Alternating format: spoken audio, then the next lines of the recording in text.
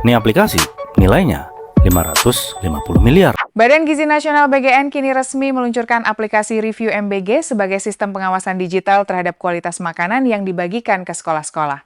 Nilai anggaran sektor IT program MBG bahkan disebut mencapai sekitar 1,2 triliun rupiah untuk mendukung sistem digital, pemantauan, hingga pelaporan program secara nasional. Di tengah kondisi banyak sekolah yang masih kekurangan fasilitas dasar, angka fantastis itu dinilai sulit diterima akal sehat masyarakat. Kini publik mulai mempertanyakan kewajaran anggaran digitalisasi program makan bergizi gratis tersebut. Aplikasi Review MBG sendiri hanya berfungsi sebagai sistem pelaporan dan penilaian kualitas makanan.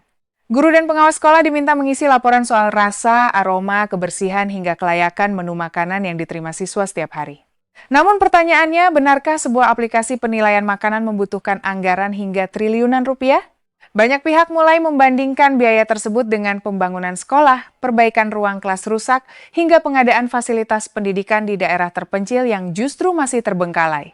Dengan nilai 1,2 triliun rupiah, masyarakat menilai seharusnya negara mampu membangun ribuan ruang kelas baru atau memperbaiki infrastruktur pendidikan yang selama ini dikeluhkan rakyat.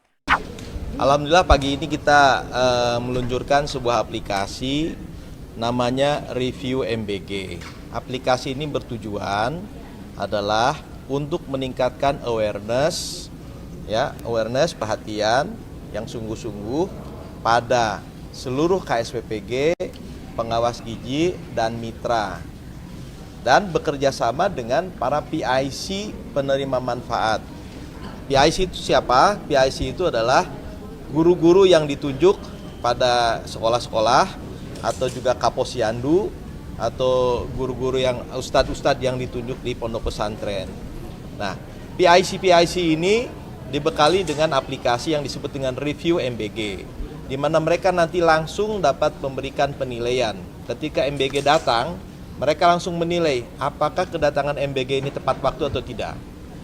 Yang kedua, apakah aromanya wajar atau tidak wajar. Yang ketiga, rasanya wajar atau tidak wajar.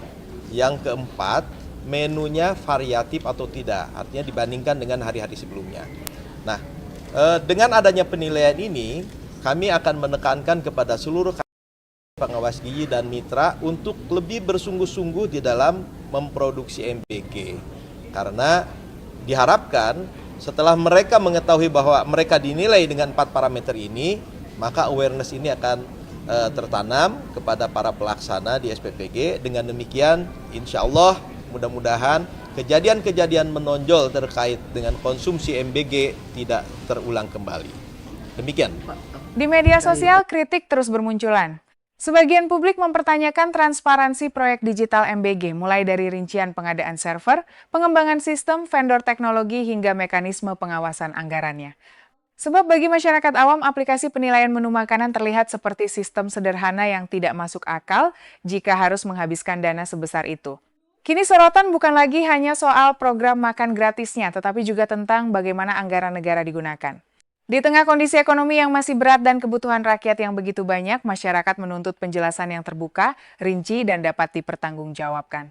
Ini aplikasi nilainya 550 miliar. Kalau lu mau pakai orang-orang yang jago banget untuk ngejahit engineering aplikasi ini, dengan duit 550 miliar, tuh lu bisa bayar orang dari MIT, Harvard, Stanford, atau alumni dari company kayak Fang gitu ya. Itu lu bisa gaji mereka selama 10 tahun. Kalau lu mau pakai engineer biasa yang dari lokal aja ya, orang Indonesia, lu bisa bayar 100 orang sekitar 35 sampai 76 tahun, itu alias dari dia fresh grade sampai dia pensiun. Tapi masalahnya, bikin aplikasi kayak begini doang itu nggak butuh 100 orang. Dan nggak butuh juga orang-orang dari Ivy League atau pentolan-pentolannya Feng tuh. Kalau ditanya, harusnya berapa orang bang? 2 orang aja cukup. Itu pun juga dibantu sama AI. Nah pertanyaannya, 550 miliar ini tuh buat apa aja? Kalau outputnya cuman kayak begini doang. Katanya pakai IoT. Nah, dana buat perangkat kerasnya itu udah ada sendiri. Totalnya tuh sekitar 199 miliar di luar dari 550 miliar ini ya. Berarti persepsi gua, 550 miliar ini cuman buat riset dan pengembangan doang. Hardware IoT kayak SBC-nya gitu, itu harganya sekitar 600 ribu sampai 5 jutaan. Dari 550 miliar, lu mau beli perangkat SBC itu berapa biji? Maksudnya tuh setiap dibak meledak gitu apa gimana? Nah, dari fakta yang gue sampaikan sedari tadi, ternyata buat bikin sekelompok masyarakat itu sejahtera, ternyata nggak mahal. Lu bayangin nggak sampai 1 triliun, lu bisa gaji banyak engineer itu dari fresh grad sampai mereka pensiun. Tapi kenyataannya sekarang, para engineer di Indonesia itu sulit banget cari kerja. Dan hampir semuanya itu nganggur. Ini fakta loh ya. Begitu banyak uang yang digelontorin sama pemerintah, tapi nggak ada yang kerasa sampai ke bawah. Nggak ada duit yang beredar. Yang padahal di media pun kita bisa ngelihat setiap minggu, setiap bulan selalu aja ada terobosan triliunan rupiah dari pemerintah. Itu digelontorkan, yang kita nggak tahu muaranya kemana. Kebetulan karena gue engineer dan ini relate sama gue. Melihat 1,2 triliun yang digelontorin pemerintah untuk IT BGN itu agak ganjil menurut gue. Gue tahu karena gue udah bikin aplikasi tuh banyak banget. Terakhir gue bikin super tools untuk AI itu kalau ditotalin biayanya sama COGS-nya gak sampai 50 juta. Yang gue yakin aplikasi yang gue bikin dengan menggelontorkan dana tidak sampai 50 juta rupiah itu lebih bagus daripada ini.